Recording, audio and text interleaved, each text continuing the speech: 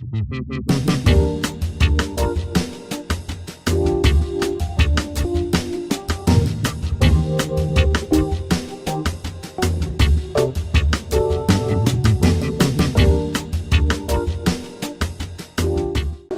we will start our monographic sessions about the Galileo Mobile activities. We will have a more theoretical approach now. Phil will give us an overview on what is actually the inquiry-based technique to develop educational activities. And then we will hear from Maite about the teacher workshops that we also carry on the schools. And then after lunch, we will have a more practical activity workshop about the activities that we do in schools. So Phil is a physicist, but he's now actually a physics teacher, and he has quite a lot of experience on developing this kind of material, this kind of educational activities. So thank you, Phil, for being here today with us and sharing all your experience. Go ahead, and we are listening. Hello. You guys hear me properly? Yes. Yeah.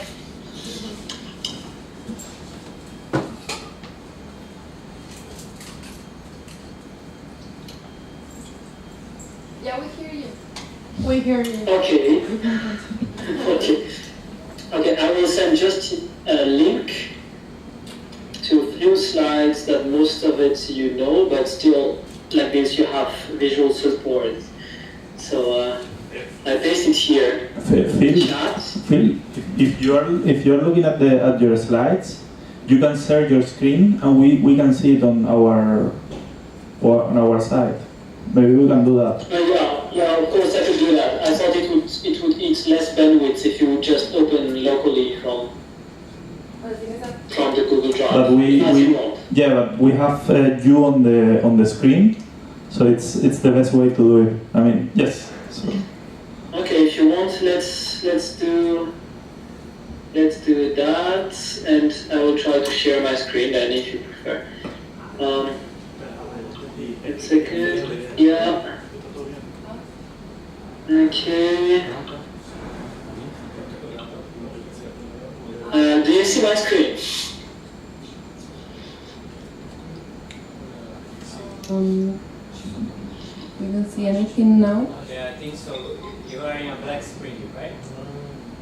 Yeah, it's a presentation. No. Then Phil, I think you were right. I think we do it your way.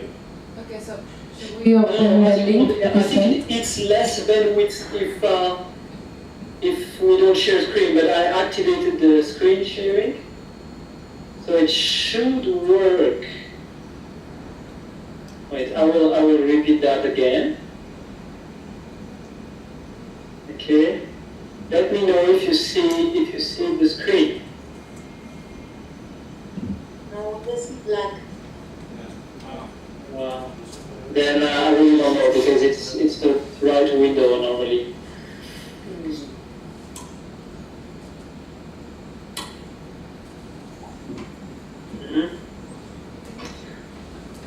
Because we are in an auditory, so it's better if you pass the slides so we follow your lead. But we can also open the link you sent us. Actually, Felipe already opened it, so we are also seeing that now. Okay, so... Well, you prefer to do that because it's not working, right? We cannot see I think if you screen. open the presentation, it's probably easier. Okay, we have it open here then. Okay, great. So maybe Felipe, can you will have to pass the slides if you don't mind. Okay, I will just, okay, so once you're done, I will tell you when to pass the slides, okay?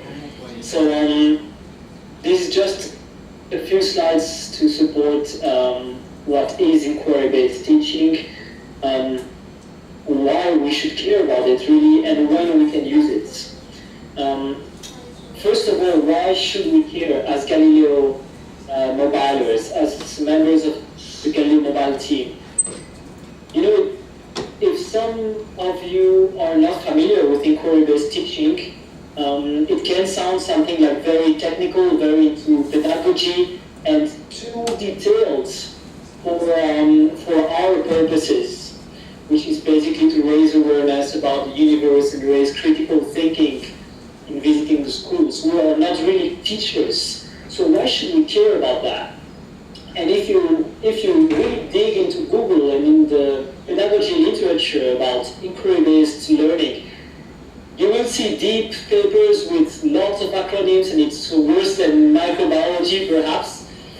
So the point where I go is we should care about it because in our goals, the goals we were talking in yesterday, I think, or 2 days ago, in the first goal of Galileo Mobile in this vision document, you were guys talking about, think critically and foster critical thinking in schools, foster wheel of learning, foster opening the minds and these kind of things. And this is directly something that is at the heart of inquiry-based teaching. Why? So if you pass the next slides, you will see a citation from a paper from Alberts, 2009. It's a very nice citation. He said, "We believe passionately in the power of science to create a better world, as well as in the critical importance for everyone in society of the values and attitudes that science demands of scientists. Honesty, reliance on evidence, and logic to make judgments, a willingness to explore new ideas, and a skeptical attitude towards simple answers to complex problems. But very little of this is conveyed to students in our teaching, usually in school teaching." Okay. So how not to fall in this trap? If we pass to the next slide, the problem that we often have in schools is because of big classrooms, the way we teach is that the teacher delivers a lecture. He tells students lots of facts and fire hose them with facts and definitions. Students take notes, and to make the right answers to exam, they will just, try to memorize this. And if they're lucky, in some places of the world where they have lab equipment, they might do experiments to verify. Following a very structured protocol, they might do an experiment to just verify that what the teacher was telling to them is true. So it doesn't go really through them. They're just accepting what the teacher said, accepting authority, and then just verifying with an experiment, which is not there at all. So next slide is also funny. I mean, you know that slide. The teacher says, "I expect you all to be independent, innovative, critical thinkers who will do exactly as I say." So the problem with this, so if you see the shortcoming yellow square that comes to this slide, is that this way of teaching, first of all, is based on memory rather than understanding and making connections. So students memorizing don't have the chance to develop thinking aptitudes, thinking skills. They also, unfortunately, develop a wrong attitude towards science because they view science as just a dead body of knowledge. So they don't develop an attitude towards science which is viewing it as a discovery process and thinking that we can discover things about the world. And finally, they do not really learn deeply because they're poorly involved. They're following instructions. So it doesn't go through them, and it doesn't involve their previous concepts to build upon that. So the question below is interesting. How can students then develop critical thinking, analytical thinking, and creativity, which are all scientific thinking aptitudes. So in the next slides, I just write that what is for me the three main goals of inquiry-based teaching that try to solve these shortcomings that were listed before. First of all, it tries to develop scientific thinking aptitudes. We want students to be able to build skills which are useful for their whole life, which is based on skepticism, critical thinking, emitting hypotheses, analytical thinking of data, and so on. These are aptitudes. Second, we want them to develop an attitude, a way of viewing the world as scientific, as something that is understandable by a process of discovery. So it's a new view of science, which is much more motivating to them. And third, we want to involve them for a more lasting conceptual understanding. So simply not only to talk about process skills or about attitude, even if you're just interested in students to understand better the concepts, it's important that you construct those concepts based on what they already know and you involve them in this process. Okay, so these are the three, I think, most important thing to remember maybe from these slides. So if you go to the next slide. Do you guys still hearing me? Yeah. Okay, Yeah. I don't know because so sorry. Okay, anyway, so the question is, hey, we're scientists. What we do when we do research is not the way we teach it. We know it's not this way. We do it through a process. Why not giving the chance to students to experience this process? And probably this should help, because if you go to the next slide, there's a very nice sentence from Carl Sagan, you know it certainly. Test ideas by experiments and observations. So don't accept authority and truth. Build on those ideas that pass the test, reject the ones that fail, follow the evidence wherever it leads, and question everything.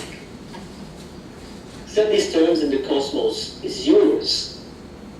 So if we would involve students in an inquiry process, they will be taken to ask questions, make their own questions, make their own hypotheses, plan experiments, and question results.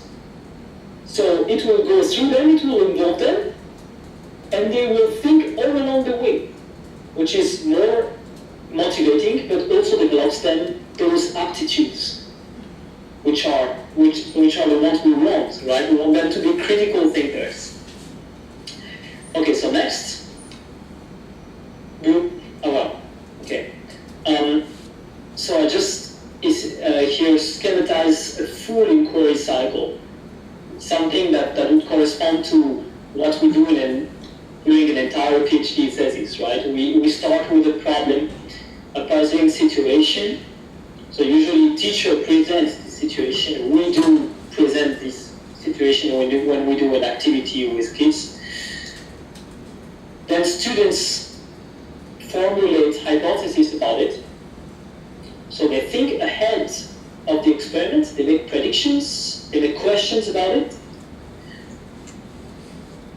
Then to test this, they will plan an experiment. So ideally they will come up with some ideas of how to do it and comment it. So they will think during the experiment. Then they will gather the data of this experiment and draw conclusions based on it. And ideally discuss between them and compare their solution and so on. So this is a quite lengthy cycle with a lot of phases, and this is kind of this is the scientific method we used in our own thesis.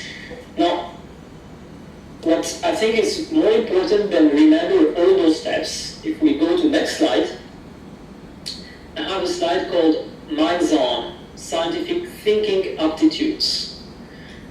So for me, what is more important than all the steps that were listed before is the fact that in this inquiry process, students have to think before an experiment. So they make predictions, they make hypotheses, you involve them from the start. They think during the experiment, while they're doing it, they think, yeah, how many measurements should I take? How can I determine my uncertainties? How can I don't know, how can I make this in a more reliable way? How can I repeat my experiment? And so on. And they think after, okay, what does it mean, the results that I have? What do they imply, and so on? So the idea of critical thinking is involved all along the way. And this is, for me, this is the most important thing. And if we go to the next slide, is it really inquiry, partial, full, guided? If you look along the web, you will see that actually nowadays inquiry-based science education is really a fashion word. So everybody tries to make or to say that they're doing inquiry-based things because it's just fashion. But how do you know that it's really the case? Well, for me, inquiry-based teaching, first of all, it means that it's only based on the scientific inquiry method. It is not a full, not obviously a full inquiry cycle, because if you expect students to make full inquiry cycles in all lessons, you will spend hundreds of years to just demonstrate Newton's laws. So it cannot be that way.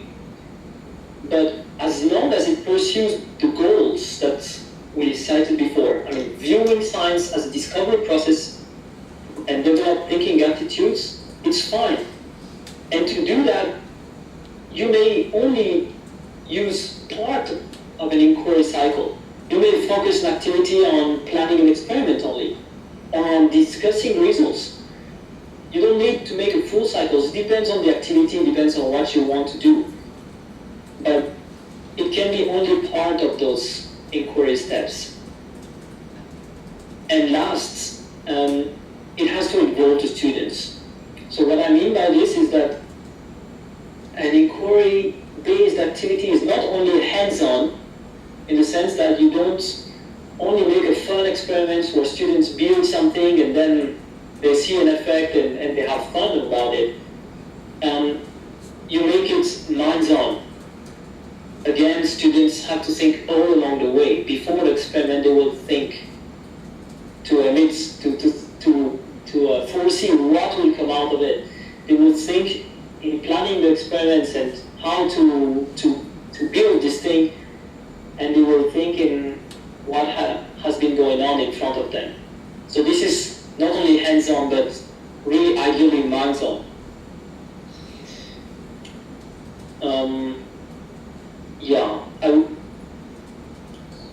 I think, guys, I don't know if you want to go through the next slides because it's about an activity, the Earth orbit, which is just an example. So if you know already about this, we can already go to the end of the presentation. I'm gonna do a workshop on that later, so I think we should skip that. But do we skip it? Yeah, please. Okay, so if you skip the activity, you go just a few slides towards the end, bing, and you have a slide called what are the benefits? Okay. So just a summary of what we've been saying. If you do that, well, first of all, students acquire science process skills, which we think are important throughout their lives. You want them to be able to make hypotheses later on, to discuss results, to be critical, to propose alternative explanations, and so on. You want them to have the right attitude, seeing science as a discovery process which is ongoing and not finished. You want them to construct knowledge for better understanding. And finally, when students make inquiry-based activities, you hope that their motivation will be raised simply because they feel a sense of ownership of the problem. They ask the questions, they plan their experiment, and so on. So it's not only just following instructions from an external teacher, but they were involved into this. So it's the teacher and their own activity together. And last slide, well, the drawbacks of this. I think the most important drawback is to think that we should always teach like this.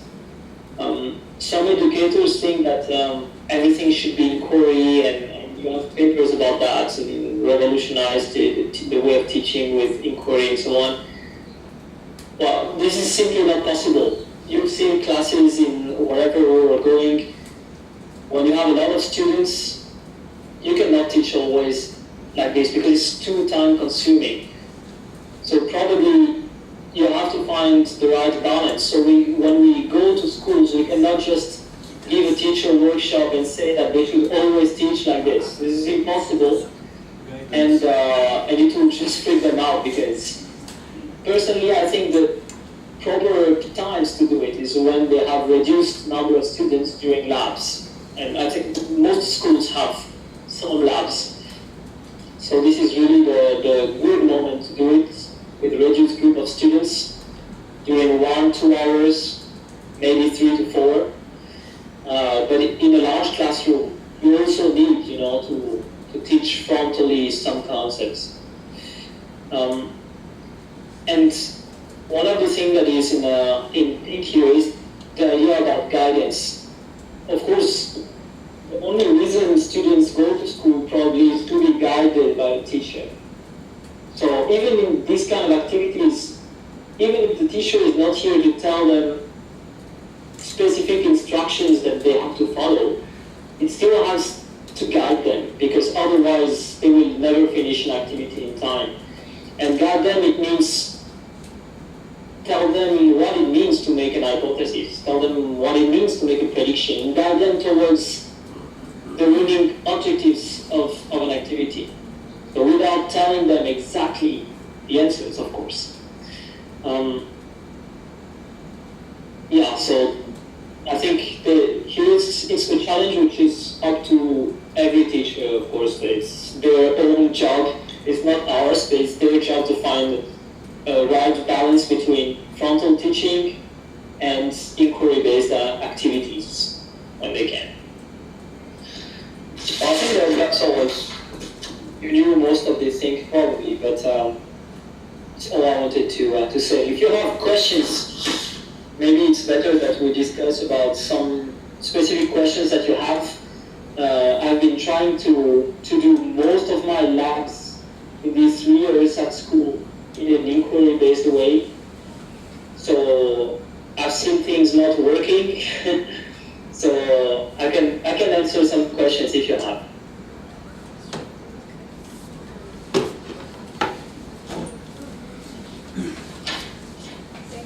Phil, it was very interesting. There are some questions here, so I pass the microphone to Patty now. Hi, Kim. Well, it's not really a question, it's more for us to think about and to keep thinking. No, there is something that it puzzles me. I keep thinking about this. Is again, like the definition of Galileo Mobile, so it's outreach, but then of course our activities are very much done for teaching, right? Very much based on teaching and learning processes. But on the other hand, the contexts that we address on the activities, they're not really in the school curriculum, so they're very different topics. So it's very hard that the teachers would have in their school program to teach the expansion of the universe or galaxy classifications, for instance, how to classify galaxies. So very different, very close to modern science, to the problems that we do as astronomers, but in a way that it is done so that teacher can really teach and they can understand these concepts and these formulas and equations and whatever. And to me this is like something that is very, it seems very difficult, because teachers will not, I don't know if they will stop their program to teach this because it's not part of the program, and they might not be familiar with these concepts. So I don't know, I don't know what you guys think, but I would like to know, because for me it's a puzzle. But of course, since we do activities in schools, of course it's important to engage the teachers, and it's important to do things in the way that they do. That they do in schools, right? But then I don't know if the students are motivated or not. It's just because sometimes I can remember sometimes we have used inquiry-based learning methodology, for instance, in Uganda, and it worked quite well.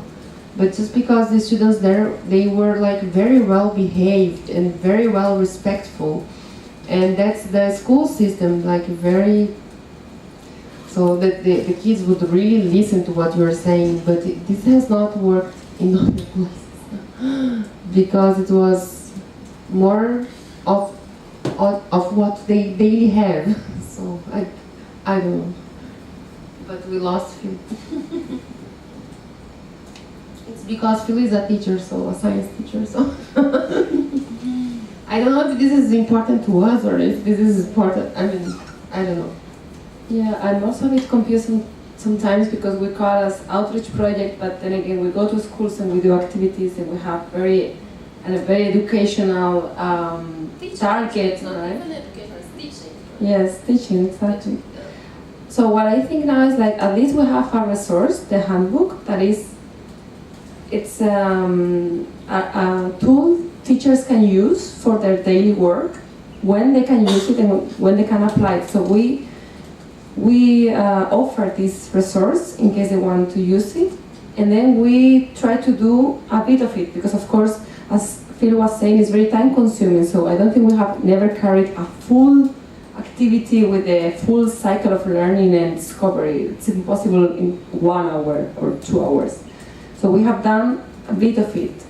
So I think it's a very good tool, but it's something we have done like for the teachers. And now maybe we have to decide if when we go to the school we also carry those activities as we have been doing, or we do something more inspirational, but we leave the resource there for them to apply it. Because as Phil said, it's not Galileo's mobile job to, in principle, to teach science. This is for the teachers, right? So maybe the question is to understand if we need to also do these activities there, or we do more the inspirational part, talk to the teachers about this new methodology that they may not know, or they may actually, and leave it with them and offer it to them, but we do not perform it fully or only a few aspects. I don't know. I think this is something we need to think about. I also would like to very much to know your opinion, Anna, on this, since you're an expert on education.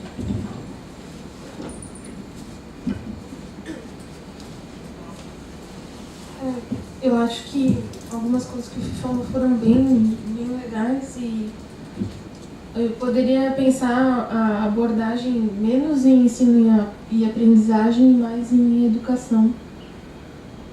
E acho que também a questão da experiência é muito importante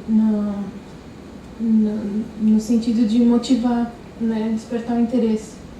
Então, começar as atividades sempre com a experiência, com a experimentação, assim, a observação no telescópio, enfim, esse tipo de experiência eu acho que é mais importante do que o conceito em si, talvez. Né? O conceito é uma consequência do interesse deles. E eu acho que a abordagem com os professores poderia ser mais no sentido de uma continuação formada dos professores, né? Como aconteceu com a Maria, por exemplo, agora com a gente, que ela ela falou, parece que eles viram um filme, o Interestelar, é isso?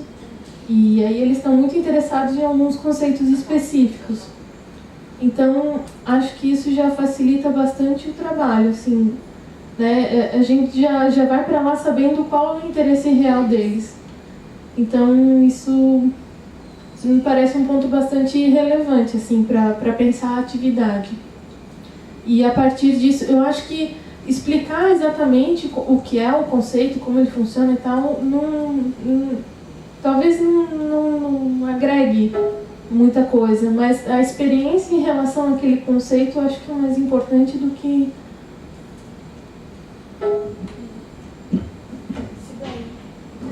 Quer fazer alguma consideração?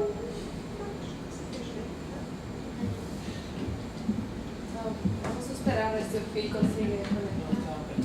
The internet removed it. Because I also was kicked out. Eu tô tentando entrar aqui. É que eu entre e eles não estão.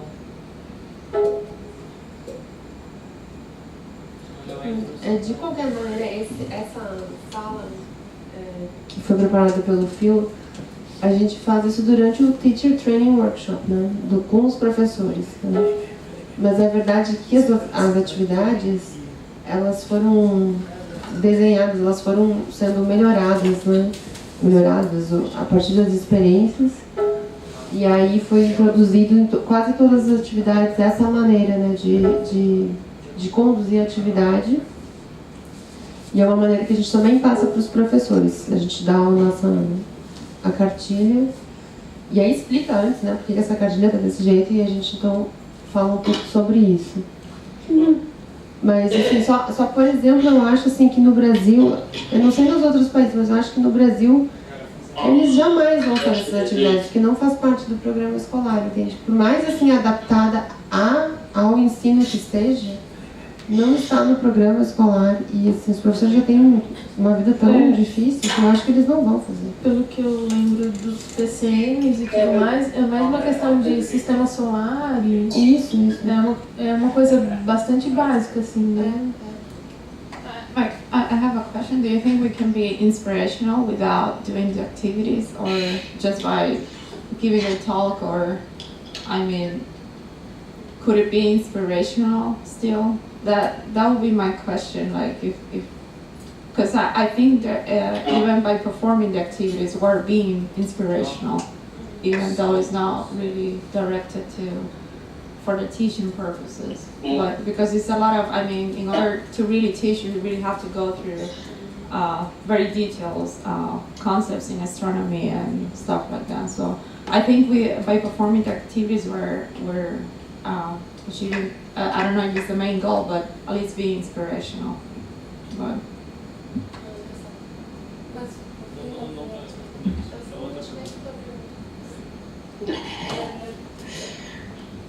Okay, I think you asked two questions, and I understood probably 20% of it. So I will just repeat the question, and you tell me if I understood Patti and Maite correctly.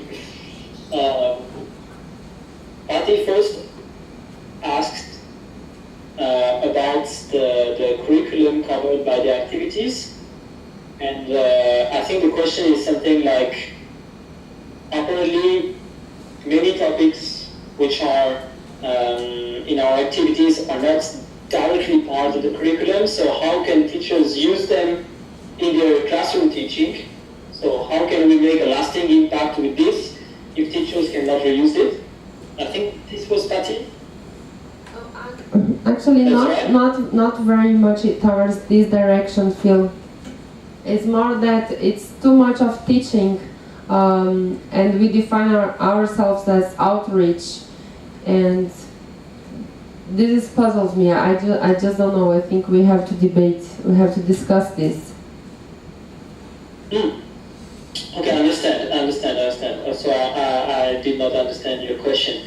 Okay, this is you, and Maite, what was your question, Maite? I didn't... no, that I have the feeling that even if there's a lot of teaching involved, I have the feeling that it still be inspirational for the kids to get involved in astronomy and for the teachers as well, and to add something to their teaching method. I don't know if it could work just by, I don't know, taking out the activities or giving less, or just having a talk on astronomy. That's what I meant, based on Patty's comment. You understand? Okay, I think it's a bit the same question as Patty, or I did not understand it. No, it's not really a question. It's just I have a feeling that it's a bit the same question, right? yeah, it's based on her question, but I have a feeling that we need in order to be inspirational, we still need of these activities, even though they look like kind of like we are teaching, or that's in my feeling, my point of view. But I have no idea because I never tried without the activities or to go to the schools and just to give a presentation on astronomy. And yeah, that was my comment. I understand. I understand. I mean, of course, it's a story of balance. If you ask me, I said many times during our Skypes and so on that for me, the core of Galileo Mobile as a project is inspired using astronomy with the spirit. What defines us is the spirit of unity under the same sky. So for me, whether you do this in an outreach activity with kids in one day and you make them a lot of fun as they have this feeling of unity under the same sky, and teachers want to use this feeling as well in their future activities, for me, this is with the Galileo Mobile spirit, so it's perfectly fine. But another guy of our team might want to do a school visit or with a longer impact and teacher workshops, focused more on how to develop critical thinking during schools, and if with the idea that teachers could then do such activities with students in order to have a lasting impact, because this is where kids learn at school. So if their teachers are pursuing cool activities with them, involving them into discovery processes and so on, and making them, seeing science as a process, I think this is really powerful. But again, for me, the Galileo Mobile doesn't have to be like only this or only outreach. For me, as long as it is under the same sky, it's fine. And again, some people might want to do like very sporadic expedition, only outreach, only awe-inspiring, only show visit with cool stuff and observations. For me, that's fine. And others might want to stay 1 week in one school and work a lot with teachers. As long as the spirit is the same, it's fine for Galileo Mobile, if you ask me. But I think I was only asked to talk about how could inquiry-based teaching help, develop critical thinking and will of learning, which is one of our first goals. I have a comment that I was thinking during your talk, and I think that is going in the same direction as what you just said, and it's very special about this project because many of our activities are illustrational. Like you're just illustrating a concept that is difficult for a young child to comprehend. And it's very important that this inquiry-based teaching is used for the scientific experiments and activities, so that the child can see also the difference between an illustration or a game or a talk and the actual process of discovering something. Because also the format in which you present it will be different. And I think that if we employ this for the activities that are educational or scientific also in their purpose, you accentuate this part even more. We are not talking about religion right now, we are not talking about tradition right now, we are talking about a very specific way of answering a sort of question. And this is the sort of question that is testable by experiments. And I think that is a very nice example. Sure. To make a comment, I think, Maite, I was not saying that we should skip totally the activities. No, definitely not. It was more like these, like we keep saying that we are going to teach this and you have to understand this. It's more like this way of the process of learning. And sometimes it doesn't have to be, it can only be fun. Like we can paint the planets and then we can speak about colors in the universe, for instance. It's just that we might, as Phil say, we might have this because if we want to achieve long-lasting impact, of course, we need the teachers. And the teachers, they are very much oriented to teach and to do things in a way that students will learn. Otherwise, it's unlikely they will do if students don't learn. So we need them. But we might try to broaden also our activities. I know there is a big effort now to put all the activities in this process of inquiry-based learning, but I think we always can have some other activities that's more relaxing, because it might be sometimes boring to the students if we want to do different things. We also want to be a bit different from what school does, right?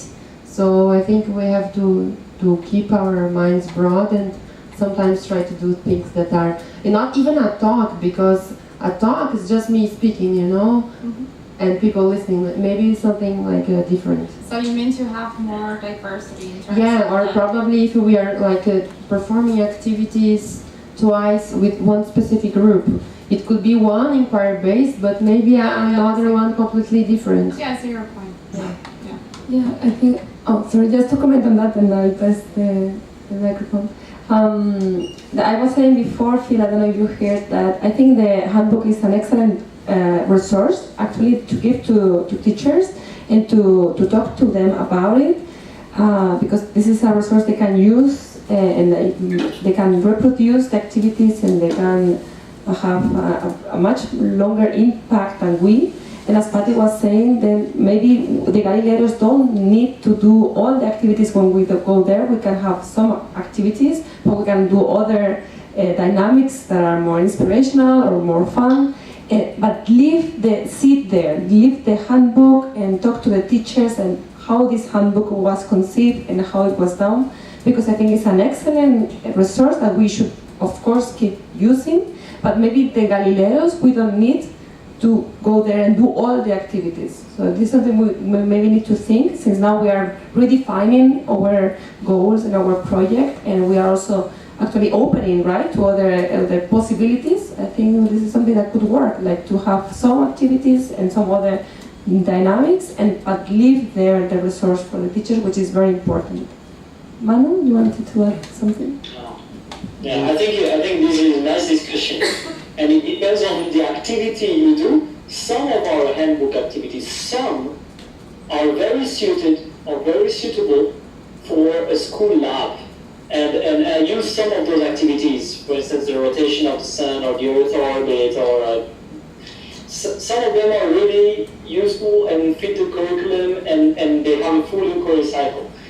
But some of them, they are more outreach activities, and that's fine.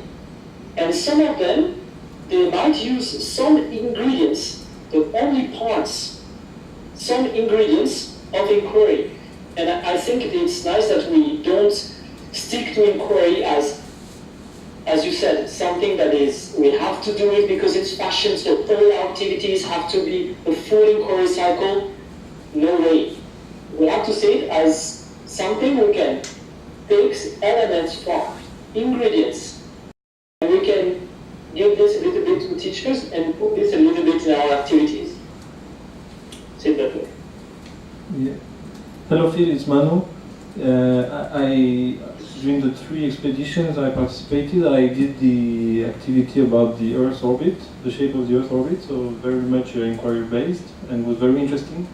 But for me, a big obstacle was the fact that I had a defined amount of time to do the activity, for example 1 hour, because we were organized like that. And I think that's something I like to do, how I think it should be made much better because to be productive for the children, it really depends on their time, like the time that they have the idea, that they make their hypothesis, they can find the solutions. And sometimes, I think it would be good like to have an undefined amount of time to do this activity, and then the rest do something, I don't know, like thinking, creative, but not in this obstacle of time. I don't know how you deal with that when you do it with children, the fact that you have a certain amount of time, so you want them to do their own reflection for example, defining the problem, imagining an experiment. And it worked, I saw it worked, but then the time was over, and I thought that was really like sad sometimes, because we're really on the way to discover together this inquiry stuff. So I'd like to have your opinion on this, like in the context.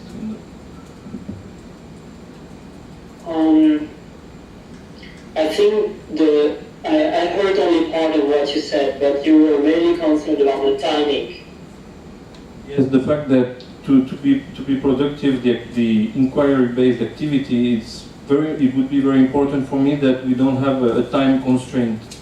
And for other activity, it's not important. For other activity, it's fine when you have just 1 hour because you can finish at any moment. But in the specific case of inquiry-based, we have to distinguish what teachers can do in school and what we can do during a school visit. You know, teachers at school, they might typically have 2 didactic periods of lab per week or per month. So during 1 hour and a half, they might be able to make a full inquiry cycle in that kind of activity. Or they can use 4 hours. But obviously when we do a 1-day visit or a 2-day visit at schools and we have to synchronize ourselves between different groups, it's very hard to finish sometimes some of the activities. But it depends on what you want to achieve. What are your goals? For instance, if your goal is to just illustrate to students how they can plan an experiment and start to do it all by themselves, by involving them and making them thinking ahead of time, it's not too bad that they did not finish it, you know, if we have to change the groups. I don't know if I'm clear with this. Yes. Yeah, I think it's fine that they did not finish the cycle. When you're on mobile, sometimes you cannot finish exactly the activity the way you want. It's not, the teacher has to. Yeah, I don't think it's a problem that they don't finish the cycle, but since it's a creative process, I think it's good that they have the time to think, and some think like longer than others, and to leave it. And I would just suggest that when we organize the activities, like the team, when it's specifically inquiry-based, then we make it in a way that, for example, the first activity is flexible in time, and for this, the second is an activity which could be short or long, for example. Just a suggestion. So that it may, for me, it would have helped me very much, because some of them were quick, some of them were slow, but you will feel that with more time they were like thinking and it was going, and then. But of course, but it's the same with all our activities. Some of them take 15 minutes, and some of them take 1 hour and a half. So they're not all of the same length. That's right. Yeah, I think we have to finish this discussion.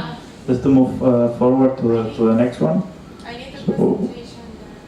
So we start with so thanks Phil for the presentation.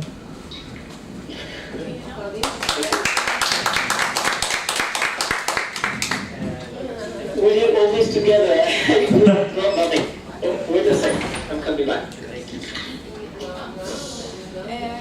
This one? Great. Okay, we're ready. So I'm going to continue with the second session of activities. This was supposed to be given by Maria, but unfortunately she cannot be here to give the talk, so I'm going to cover. So first I'm going to go over introduction on the Galileo Mobile's activities, the new handbook. So there's a new version. Asteroid activities, we are submitting a couple of activities that were selected to the Asteroid platform. And then I'm going to go over the teacher workshops that are prepared, given by Galileo Mobile when visiting the schools. So first, I'm going to go over the introduction. The handbook of activities was conceived in 2009. This was during the first expedition of Galileo Mobile, which was It took place in Chile, Bolivia, and Peru, and was intended only for internal use.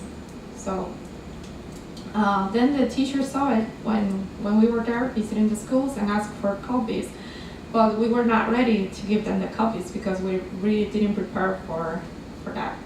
So we decided to prepare and distribute copies in the following expeditions. We also realized during the first expedition that many teachers were not familiar with inquiry-based approaches to simulate critical thinking. So just about what Phil was explaining before, and we wanted teachers to receive something practical that they could use as an inquiry-based approach. So we started our version 1.0 of the handbook. Other versions follow the first version. The took on board lessons learned from the expedition. So after India, Uganda, and the survey after Bravo. So these expeditions kind of helped to shape the handbook itself, the first version of the handbook. We also changed our format to make it more easy for teachers to follow the activities by including learning goals. So something to visualize in a very quick way in order to have a better understanding of the activity. So you can find all the files of the handbook in our Google Drive and in the Galileo Mobile wiki. So you can download them for free, and they are in 3 different languages: English, Spanish, and Portuguese. If you think about any other languages, you can also help us to translate the handbook. And currently, Francesca is working on the translation to Greek and Turkish. So far, 2 activities in both languages. So the handbook is still not completed in that version. So going over the new handbook, this version will be number 2, and it will have a completely different format. If you're here in the afternoon, you will see the previous format that we were using as I'm going to go through one of the activities. And so it will be both in design and in content. I will not only have the same activities as previously, but it will contain new ones as well. The design is planned to be in A4, so it's as you can see here. And before this, it was just in slides and in Open Office. So personally, I really like this new format because it's kind of like it's easier to visualize. Like for example, here the age category, materials you need, and what kind of experiments is involved without really going through the whole activity. So it saves time when preparing the activities for the students. So the content will be based on the AstroEdu template. This is a platform of activities that are per review by 2 different reviewers, and they're published on the AstroEdu website. And you can find these activities here, the ones that have been accepted already, and we are still submitting to it. The decision to keep or remove certain activities came after a survey in 2014, so that was after the Bravo expedition. It took place in Brazil and Bolivia. This was based on the field experience. So there's also a document that can be found in this link here. So now I'm going over the AstroEdu activities. From the survey we did after the Bravo expedition, we listed the activities in order of preferences. So, for example, there was the 3D constellation, Earth as a peppercorn, investigating the solar system, between others. And some of them that we noticed were, low priority. was the solar cycle, astronauts in space, and it was all related to to experiences we had with when performing the activities. We kind of felt that it was not really I mean, we could keep them, but somehow there were no priority for the new handbook. So we have already submitted 3 different activities to the Asteroid platform. This was done by Phil and Maria, and I'm working on 3 other activities. Parte is also working on that, and we have other members are just joined this week to also submit the activities of the current handbook and also to add other activities. These activities, which is something really nice, is reviewed by an astronomer and a teacher. Like I said, I was part of the review board and for one of the activities, so it's really it's something that you know is going to be reviewed, and you're going to like shape it somehow with the help of advice of an astronomer and teacher, which is really good. So the purpose is to have all the activities in the asteroid, so they are open access as well. So the submission to asteroid does not mean copy-paste our activities, and it is in the handbook into the asteroid format. So it kind of like the activity has to be rewritten in order to follow their format. But of course, we will have our current activities as a background, so it makes it still easier. And these activities require a broader background of information, pictures of steps, and an inquiry-based approach. So far, we also try out the activity before reading it completely. So in this case, Maria at home and Phil in his classroom. So it seems that they tested and it worked. As we said, well, we already decided on this. Some of the members already joined the task force to finish all the activities. And we would also like to add constellation activities, which will be something really nice too, because it's also part of the Galileo Mobile project, and there were some new concepts introduced in this handbook by constellation. So now I'm going to cover the teacher workshops. We started doing teacher workshops during our expeditions to involve teachers in the activities and to give them tools to make our actions sustainable. So before the second expedition to India, we were just approaching the kids, the students, and for lessons learned, we took the decision to also perform workshops with the teachers. So we have done workshops in different ways. In India, for example, the workshops were taking about 1 to 2 hours in the mornings. So this was every morning before actually performing the activities with the teachers, with the students. And in Bravo, this workshop took about 1 to 2 days with the teachers, while also performing other activities with students at other times. The main aim is to introduce teachers to inquiry-based learning and to the activities that are found in our handbook. So during the teacher workshops, we give talks, and then we carry out several activities with the teachers so that they can practice and ask questions. So if they have any doubts, or in order to clarify about the concepts we have to behind the activities, this is actually the best time to bring them to feel comfortable with the activities. So additionally, if time permits, we give talks about some topics in astronomy and have a question-answer session with them. If we donate materials, for example, like the telescopes, we also demonstrate, and you can find here pictures of these workshops involving the telescopes. We also demonstrate how to mount the telescope and how to use it. For the teachers' workshops, we work in collaboration with Galileo teacher training program. Here's the logo.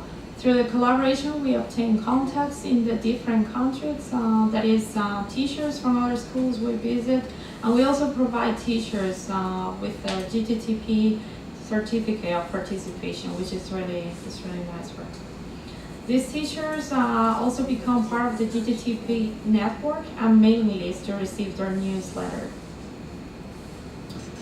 So during the teacher workshops, maybe we should do a similar thing and keep the emails of the teachers of schools we visit, because then we kind of lose contact with them. We could then send them emails with updates of our handbooks. So these are ideas of what could be improved in the future.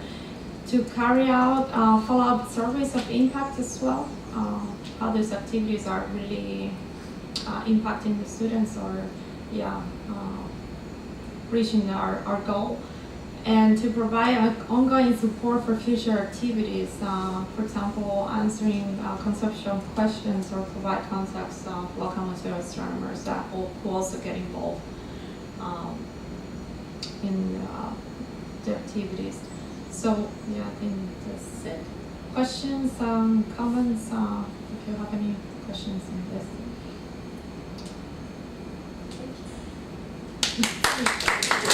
I'll try my best because Maria prepared this.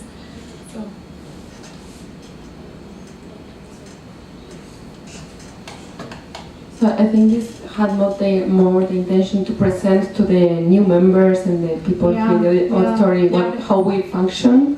But of course, if you have any questions, anything you want to add, Just if it's interesting to do it in French, I can. If you would like to do it in French, of course, you're always welcome. But since getting the second version, it's better like to learn than to wait the new version, no? That's true. That's true. You should wait, because otherwise it will have to be repeating again. And we definitely would like to get this to get to this new format, because it will make French it easier. probably is interesting language, because many countries in Africa and stuff.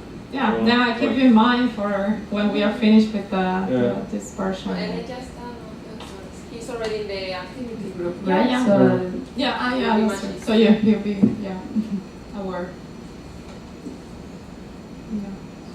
Do you think, Maite, we can open the AstroEdu website just to show it? I wanted to show it for my session, but we can do it now. If we have time, why not?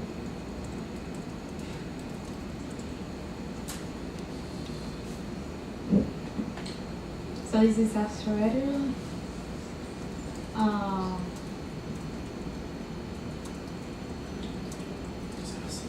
So these are, I don't know how to make a true. AstroEdu is a monolingual site. Sorry? It's only in English? Yeah, it's only in English.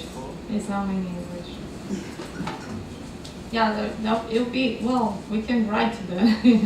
It'll be a good, because, that's true. It should be used by everyone, and somehow, at least to introduce our activities in other languages. For example, once we have them translate them, why not we can tell them, this is just a translation. Probably they could, if it's exactly the same activity, why not to have the translation added somewhere attached to, So, for example, this is the AstroEdu. So here you can find our activities already published, and you can have a very quick vision idea of the theme, for example, seasons around the world, and the age for which activities are suitable for. Those activities, I think. Just one thing. I think I'm not sure that they are planning to include more languages, but I think they are not at that point. Yeah. But for instance, these activities that are at the beginning, that are a space awareness project, the idea is to translate them also to different languages, because they are funded by a European project, so they need to be in different European languages. So I think they at some point will be in French, German, Portuguese, and all that. So I'm inside the activity already, and as you can see, there's keywords, so you know that to what the activity is related, like seasons, Earth, sun rotation, equator. So also see all the different seasons, and the age, as I mentioned before, and level primary school. The time the activity takes, if it could be performed by individually or group, in this case is by a group of students, and it needs supervision. The cost as well of the materials that are required to perform the activity. Location, if it has to be outdoors or indoors, and in this case, for example, it's partial inquiry. So you will find others are, it depends on the method. I don't know what is given the activity. Yeah? Sorry? I just want to make a comment if you're not familiar with this platform. So it was created and it's endorsed by International Astronomical Union. And when you submit the activity, there are two reviewers. One is a person expert in astronomy, and then the other reviewer is a teacher. So this is very good. And then the reviewers they will give you comment, and they will say if the activity will be accepted or not. Yeah. So here's the activity collection. So see all the activities that have been published already, and following Patrick's comment, we can go to the submit your activities. And this could be done by anyone if you have an idea of what to write or what you want to, I don't know if they're confined only to astronomy, because I've seen geophysics. But we can go to that because in the format, to say something about it. Where is the format? At least astronomy is space related. Yeah, but there is other, because I saw, space related as well. That's true. Also there are activities. Evaluation. But you see the format to download the demonstration Yes, so in this case, we can submit, but we can also become referees. So if you want to be a referee of this, you can subscribe yourself. And there is the DOI, so that because then you really get a number for this as if it was a publication, since it's peer reviewed. Okay, here's use the provider form, so we can take a look. Text it in. I don't think with I can give it a try with okay. So you have different fields to fill, like abstract, affiliation, or organization. I submitted one. I didn't write anything down because it was coming an activity developed by someone else from Barcelona, and this is what I was pointing out before. So there's geoscience, geophysics, soil science, ecology, hydrology, glaciology, atmospheric science, so volcanologist, geography, oceanography. So it's broader than just astronomy and space. So Galileo Mobile has already published something, or is in the process? I think it's in the process because they have been three submitted. I don't know if they'll they are in the process of being, It took, in my case, for the one I submitted, it took about 2 months. Not because the activity was really bad. It's just they took some time to answer back, and I was just waiting. So it took 2 months, but once I got the comments, I think it took about a week or so. So it's something really nice because it's on the. So a friend of mine, for example, he was searching for my name on Google, and he found the activity. I didn't know it was actually published by them. And it's really nice because then you have a publication and it's could be used by students or teachers, and it's under your name. So, and you know that it has been officially reviewed. So this is really, it's really nice. So once, I don't know if there will be. So yeah. So to leave for a moment, I wanted to ask you, what is the process with the author? Like, if you want to adapt something from the handbook that someone has written, you are communicating author, but this thing has been published before, and someone else has developed it and tested it. Yeah, you're right. In that sense, this was actually I was talking to Sandra about this this week, because in my case, I'm still working on the activities of, so I haven't submitted anything.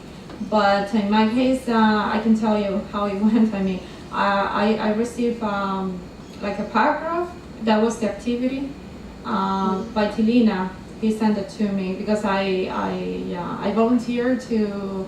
The main goal for the activity was to extend the activity in my case, and the thing is that I started developing the activity. At some point I couldn't use anything because from the original activity because it was really. But Helena told me from the beginning, okay, since this is an extension, this has been already published by someone else. You become a second author. And for me that was clear. I mean, it's more for the activities from the handbook that you plan to submit, right? I mean, how does it go with authorship? I from what I've seen, it's been so the only Maria and Phil are authors so far. So how is the rest of the collaboration acknowledged? If from what I've seen, it's acknowledged like. This is Galileo Mobile's activities. So there was a field in the activity saying that. But this is something I was discussing with Sandra because there's many people behind the. Exactly, I think that many people are behind a lot of the activities. No, I think you're totally right. I just the thing is that it has been working for a long time, like since years now. No, and I know, and everyone has contributed somehow. And this is actually I had this conversation this week, but I don't know. Well, I don't know if Phil is around that he could clarify how, because so far I've seen only as authors Phil and Maria.